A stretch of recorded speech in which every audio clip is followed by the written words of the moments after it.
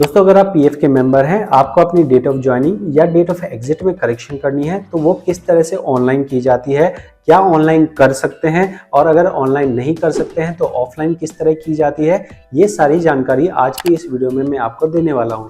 तो नमस्कार दोस्तों, मेरा नाम है सागर, मैं हूं एक पीएफ कंसल्टेंट और मैं जो भी आपको कहता हूं वो अपने प्रैक्टिकल अनुभव के बेस पे कहता हूं। जो मैंने यहाँ पे लोगों का काम करवा रखा है उसके बेस पे ही मैं आपको कहता हूं।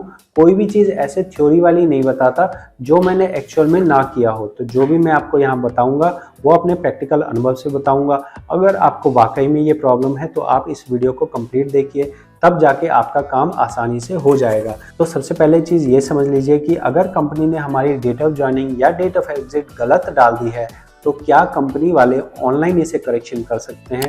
तो आंसर है नहीं कर सकते हैं। तो क्या हम ऑनलाइन करेक्शन कर सकते हैं? हम क्या खुद ऐसा ऑनलाइन कोई तरीका है जहां हम अपनी ज्वाइनिंग या एग्जिट ठीक कर सकें? नहीं जी, कोई तरीका नहीं है। एक ऑप्शन ये होता है कि अगर कंपनी वालों ने आपकी यहाँ पे डेट ऑफ ज्वाइनिंग वगैरह मेंशन ही ना करी हो, नॉट मेंशन है, तो आप यहाँ पे कंपनी के पास जा सकते हैं। कंपनी वाला इसे अपडेट कर सकता है। मैं जो कह रहा हूँ जब तक दिखाऊं नहीं तब तक मानना नहीं है। मैं आपको कंपनी का पोर्टल दिखा रहा हूँ। ये कंपनी का पोर्टल है और यहाँ पे लिखा गया है मिसिंग डिटेल। तो मिसिंग डिटेल अगर हम कंपनी के पोर्टल पे जाते हैं तो वहाँ पे हमें डेट ऑफ ज्वाइनिंग ईपीएफ डालने की सुविधा होती है, जहाँ हम यहाँ पे डेट ऑफ ज्वाइनिंग डाल सकते हैं और इसके बारे में मैंने सेपरेटली वीडियो बना रखी है। अभी जो हम बात कर रहे हैं वो करेक्शन करने की बात कर रहे हैं। तो यहाँ समझ लीजिए कि जो करेक्शन है वो बिना कंपनी के हेल्प के नहीं हो सकती है। अगर कंपनी के पास आपको जाना है और जाके ही आपका करेक्शन होगा। जो आईडी में आपको करेक्शन करनी है उसी आईडी से जाना होगा, उसी आईडी के पीएफ ऑफिस जाना होगा। ऐसा नहीं है कि कंपनी नंबर 1 की करेक्शन है तो कंपनी 2 में हम साइन करा के पीएफ ऑफिस में जमा कर दें, ऐसा नहीं होगा। ठीक है जी, समझ गए? इतनी चीज़ें देखो, डाउट क्लियर होना चाहिए। फिर फॉर्म कैसे भरना है वो तो मैं आपको बता दूंगा, लेकिन आप लोग जो मुझसे सवाल पूछते हो पहले मेरे को आपके सवालों को क्लियर करना है, तभी जाके आपको आगे का प्रोसेस समझा पाऊंगा। ठीक है, तो अब आप ये समझ गए कि आपको कंपनी में जाना ही जाना है और वहाँ जाके ही आपकी करेक्शन होगी। तो करेक्शन कैसे होगी ये जान लेते हैं। इसके लिए सबसे पहला जो डॉक्यूमेंट आपको चाहिए होगा वो होगा जॉइंट डिक्लेरेशन फॉर्म। ये जॉइंट डिक्लेरेशन फॉर्म आप टच करेंगे, ये फॉर्म आप खुद से डाउनलोड कर सकते हैं और आपकी कंपनी के पास भी ये रिकॉर्ड में होता है। ये बहुत कॉमन फॉर्म है जिसके अंदर आप कोई भी करेक्शन हो तो आपको यहाँ पे भरना होता है। ठीक है, तो मैं आपको फटाफट बता देता हूँ यहाँ क्या क्या भर रहे हैं। यहाँ जिस दिन आप फॉर्म भर रहे हैं वो डेट होती है।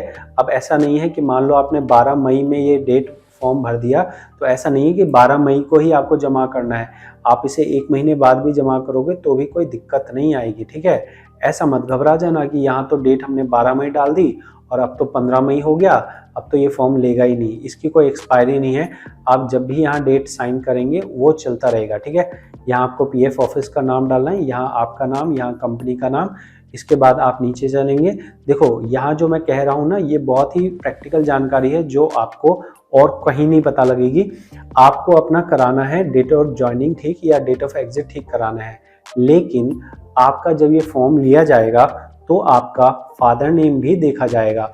कहाँ कहाँ फादर नेम देखा जाएगा? आधार कार्ड, पैन कार्ड पे। ये जो फॉर्म है इसके साथ आपको आधार कार्ड, पैन कार्ड लगाना है। तो आधार कार्ड, पैन कार्ड पे अगर फादर नेम गलत होगा तो आपका फॉर्म ये लिया ही नहीं जाएगा। आप बोलोगे भाई मेरे को तो ज्वाइनिंग एग्जिट ठीक करानी है, फादर नेम को क्यों देख रहे हो? वो बोलेंगे नहीं जी, हम फादर नेम भी देखेंगे और फादर नेम भी आपको ठीक कराना पड़ेगा। तो अगर आपको नजर आता है कि पीएफ में फादर नेम अलग है, आधार कार्ड में, पैन कार्ड में फादर नेम अलग है, तो आप यहाँ पे रॉन्ग वाला रॉन्ग लिखिए, राइट वाला राइट लिखिए। आपके जो अपने डॉक्यूमेंट हैं उनमें सब में फादर नेम एक जैसा होना चाहिए। समझ में आ गई? फिर आप यहाँ डेट ऑफ बर्थ डालिए। जो रॉन्ग वाला है उसको चाहे खाली छोड़ दीजिए या डैश डैश कर दीजिए। ठीक है, यहाँ आपको रॉन्ग वाला मेंशन करना है और रॉन्ग वाला जो भी आपका रॉन्ग हो, चाहे ज्वाइनिंग हो या एग्जिट रॉन्ग हो, वो आपको यहाँ मेंशन कर देना है। ठीक, इसके नीचे हम चलेंगे। यहाँ पे आपके अपने सिग्नेचर होंगे, कंपनी के मोहर और सिग्नेचर। गोल वाली मोहर लगेगी कंपनी की। एक तो प्रोप्राइटर वाली मोहर होती है वो नहीं लगानी है, गोल वाली मोहर लगानी है और सिग्नेचर करना है। ये समझ आ गया? इसके बाद हमें कहाँ जाना है? इसके बाद हमें नेक्स्ट पॉइंट समझना है कि कंपनी को एक रिस्पॉन्सिबिलिटी लेटर देना होता है। जो आप यहाँ पे फॉर्म देख रहे हैं पीएफ ऑफिस में जब आप लेंगे तो आपको 2 पेजेस दिए जाएंगे। पहला पेज होगा जॉइंट डिक्लेरेशन फॉर्म और दूसरा पेज होगा आपका एफिडेविट। ये एफिडेविट कंपनी के लेटर हेड पे छाप के देना होता है। इस एफिडेविट में क्या लिखा रहता है मैं आपको ये समझा रहा हूँ। ये एफिडेविट आपको डिस्क्रिप्शन में मिल जाएगा, क्योंकि ये कहीं ऑनलाइन नहीं मिलेगा। या तो आप पीएफ ऑफिस जाओगे तो वहाँ आपको ये एफिडेविट मिल सकता है। और बहुत सारे पीएफ ऑफिस जो है ये एफिडेविट रखेंगे भी नहीं, बस वो ये बोलते रहते हैं कि कंपनी का रिस्पॉन्सिबिलिटी लेटर लगेगा। अरे भाई, क्या रिस्पॉन्सिबिलिटी लेटर में क्या लिखना है वो आपको कोई नहीं बताएगा, तो वो कुछ इस तरह से लिखना होता है। ठीक है, मैं आपको यहाँ बता रहा हूँ क्या क्या भरना है। यहाँ पे आपके एम्प्लॉय का नाम हो गया, एम्प्लॉय का फादर नेम, कंपनी का नाम हो गया, कंपनी की मेंबर आईडी हो गई, जो मेंबर की मेंबर आईडी है वो हो गई। यहाँ पे वापस से एम्प्लॉय का नाम लिखना है। फिर यहाँ पे नीचे आएंगे, नीचे सही गलत जो जानकारी है वो लिखनी है। जो सही वाली जानकारी है वो आप यहाँ लिख रहे हैं। ठीक है, आधार कार्ड वगैरह मेंशन कर देना है, जो एम्प्लॉय का आधार कार्ड है वो मेंशन कर देना है। ज्वाइनिंग डेट जो गलत है वो गलत जगह और सही जो है वो सही जगह लिखनी है। एड्रेस अपना सही जगह लिख लेना है। उसके बाद नीचे आएंगे तो नीचे कर्मचारी का नाम क्या है, कर्मचारी ने कब ज्वाइन किया, कर्मचारी ने कब छोड़ा है। अगर मान लो वो काम कर रहा है तो यहाँ पे टिल डेट लिखना है, टिल डेट। ठीक है, टिल डेट मतलब वो अभी भी हमारे यहाँ नौकरी कर रहा है। ठीक है, यहाँ तक की बात हो गई। अब हम आते हैं रिस्पॉन्सिबिलिटी के ऊपर में। तो रिस्पॉन्सिबिलिटी लेने की जो बात है वो यहाँ पे लिखा आ रहा है कि भाई साहब ये जो करेक्शन आप कर रहे हैं ये हमारे क्लैरिकल मिस्टेक की वजह से हुआ है, और हम ये जिम्मेवारी लेते हैं कि ये जो करेक्शन की जा रही है वो हम ये रिक्वेस्ट करते हैं पीएफ ऑफिस को कि ये करेक्शन कर दी जाए। ठीक है, इस तरह से क्या हो रहा है, इस तरह से कंपनी लिख के दे रही है और बाद में कंपनी का मैनेजर यहाँ सिग्नेचर कर रहा है। मतलब यहाँ अपना नाम लिख रहा है, उसका फादर नेम लिखा जा रहा है, उसका ऑफिस एड्रेस लिखा जा रहा है और यहाँ पे कानूनी लैंग्वेज लिखी जा रही है।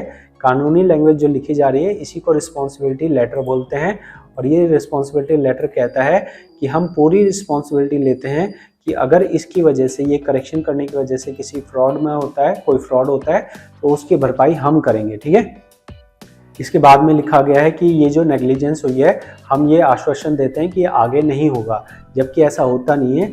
हमेशा कंपनियां इस तरह से मिस्टेक्स करती रहती हैं, वो आगे भी होता रहेगा। तो ऐसा नहीं है कि कोई इन पे फाइन लगाया जाएगा, बस ये कहने की बात है। यहाँ पे जो भी पर्सन साइन कर रहा है, जिसकी भी अथॉरिटी है, ऐसा नहीं है कि आप किसी के पास भी गए और साइन करवा लिया।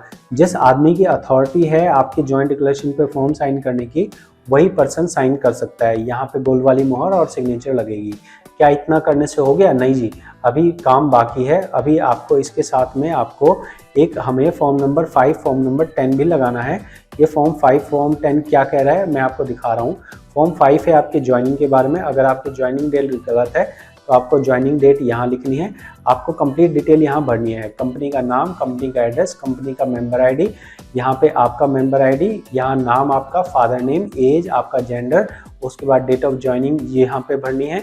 अगर आप अपना एग्जिट डेट ठीक करें तो आपको फॉर्म नंबर 10 भी भरना होगा। जैसा कि आपने ऊपर देखा है वैसे ही आपको यहाँ भी सारी चीज़ें भरनी है। आपका नाम, father name, date of living, reason. अगर आपका मान लो कि सब कुछ सही है, बस रीज़न गलत है कि वहाँ पे आपने रिटायरमेंट की जगह रिटायरमेंट लिख दिया जबकि लिखना था शॉर्ट सर्विस। तो सारी चीज़ें आप ऐसे ही करना, बस रीज़न में आप क्या करना, शॉर्ट सर्विस लिख देना। ठीक है, फिर हम रिमार्क पे अपना रिमार्क कुछ नहीं लिखना है हमें। यहाँ पे कंपनी के सिग्नेचर स्टैम्प हो गए, यहाँ पे डेट हो गई। ठीक है, ऐसा नहीं होगा कि जो जॉइंट डिक्लेरेशन की डेट है वही यहाँ होनी चाहिए। ये सब छोटी छोटी चीज़ें हैं जिसमें बहुत कंफ्यूजन होती है, तो इसके लिए इतना ध्यान मत देना। दोनों जगह अलग अलग डेट चल सकती है, कोई प्रॉब्लम नहीं है। ओके, समझ गए? अब हमें साथ में क्या लगाना है मैं बता रहा हूँ। आधार कार्ड, पैन कार्ड, ठीक है, जॉइंट डिक्लेरेशन फॉर्म ये हो गया, फॉर्म 5 फॉर्म 10 हो गया, कंपनी का लेटर हो गया। ये सारी चीज़ें आप दे के आएंगे। दे के आने के बाद जब पीएफ ऑफिस वाले कर देंगे, कितने दिन में कर देंगे जी? कितने दिन में? मिनिमम 15 दिन, मैक्सिमम जो है 1-1.5 महीना मान के चलो। इस बीच में जब भी वो कर देंगे तो आप अपनी सर्विस हिस्ट्री में उस चीज़ को देख पाएंगे कि उन्होंने कर दिया है या नहीं कर दिया है। अगर 1-1.5 महीने बाद भी ना हो तो फिर आप पीएफ ऑफिस जाइए। निश्चित तौर पे या तो कहीं अटक गया है या फिर उन्होंने आपके फॉर्म को रिजेक्ट कर दिया है। सारी चीज़ें चेक करने के बाद भी वो आपका फॉर्म रिजेक्ट कर सकते हैं, ऐसा भी मैंने देखा है। ठीक है, वो कह देंगे कंट्रीब्यूशन मिसमैच हो रहा है या फिर हमारे सीनियर अधिकारी ने कुछ क्लैरिफिकेशन चाहिए, हमने कंपनी से पूछा है, तो इस तरह से कह के आपका फॉर्म रिजेक्ट कर सकते हैं। तो ऐसा 100% श्योरिटी नहीं होती है कि हो ही जाएगा। फॉर्म लेने के बाद भी आपका फॉर्म रिजेक्ट करा जा सकता है। तो जो मैंने आपको यहाँ जानकारी दी है ना दोस्त, ये बिल्कुल 100% जेन्युइन जानकारी है। आपको ये जानकारी कैसी लगी है, 10 में से इस वीडियो को कितने नंबर देंगे ज़रूर बताएं, और इस चैनल को सपोर्ट करने के लिए सब्सक्राइब करें। मिलते हैं आपसे अगली जानकारी भरी वीडियो में। इस वीडियो में इतना ही। बहुत बहुत धन्यवाद।